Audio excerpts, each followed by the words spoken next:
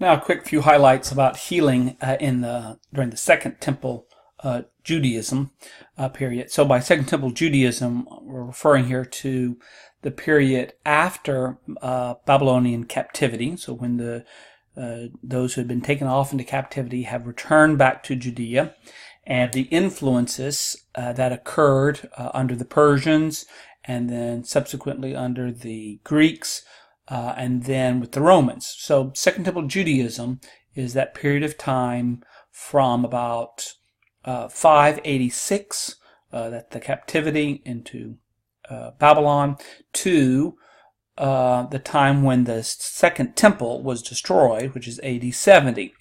And there was a great deal of changes that took place among Judaism and new ideas that developed because of the influences from these other cultures that they had contact with: Babylonian culture, Persian culture, Greek culture, and Roman culture.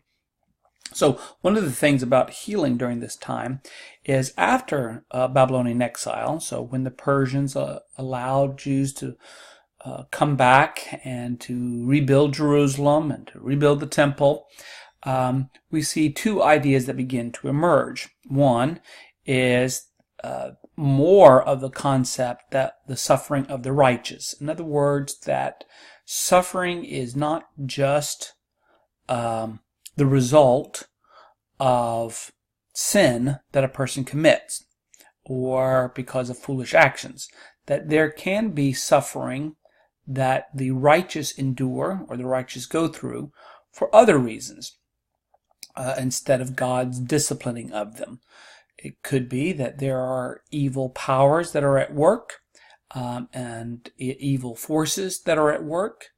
There are bad people that exist in the world, and sometimes a person's physical sufferings can be associated because of that. And so even sicknesses can be the results of demonic or spiritual forces that wreak havoc upon an individual or upon a nation.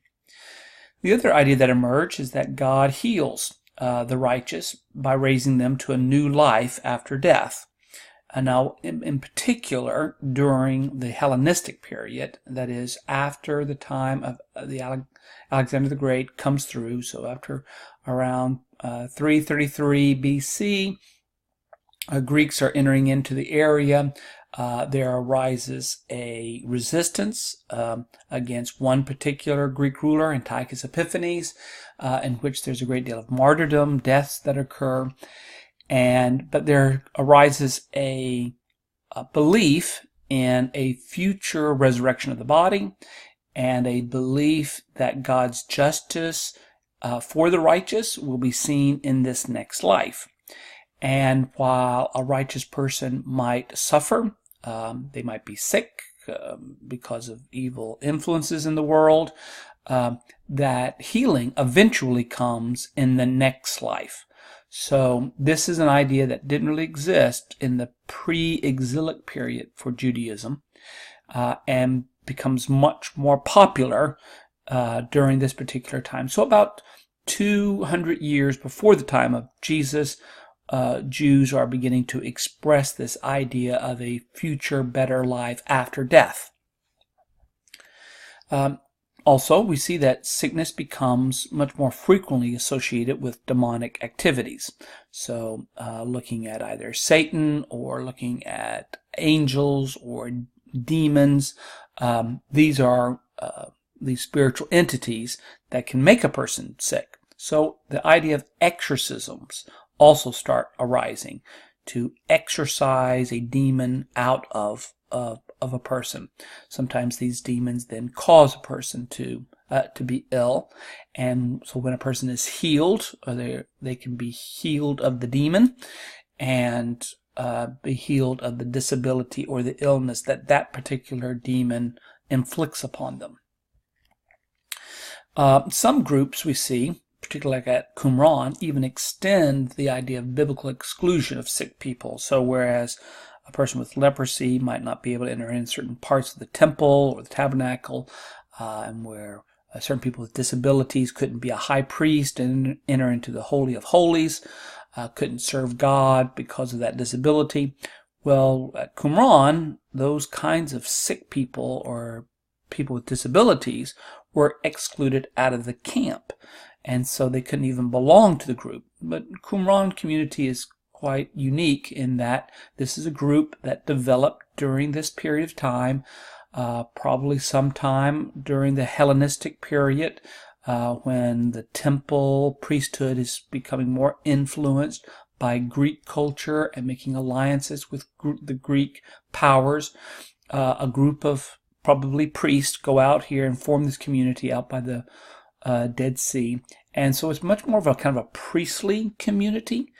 And this community then enacts regulations that are designed for the priesthood upon all those who want to come and join and be a part of that group. There may be other groups who have a low opinion of the sick, those especially with great deal of sickness, and seeing it as a sign that they are engaged in sinful behavior that they are unrepentant of, and so they too could be excluded from kind of fellowship or kind of community or coming around the table, because if God is punishing them with a particular illness, the righteous should not be rewarding those people by sitting down and eating with them. And so this is a way in which the concept of sickness gets extended. Now, healing can occur by different intermediaries. Prophets can be involved in healings. Other people can pray for the healings of people. And so we see kind of healers arise. There were in existence physicians, and physicians used the medicines of the day, the different kinds of herbs or different kinds of activities to natural sources in order to treat an illness. We also see a rise in dealing with demonic spirits. So amulets are used in order to ward off evil spirits and the illnesses that they could inflict upon a person. So healing begins to be associated here with not only physical treatments, but also with dealing with those spiritual entities that are at work there. And that gives a little bit of background to the healing activities occurring in Second Temple Judaism.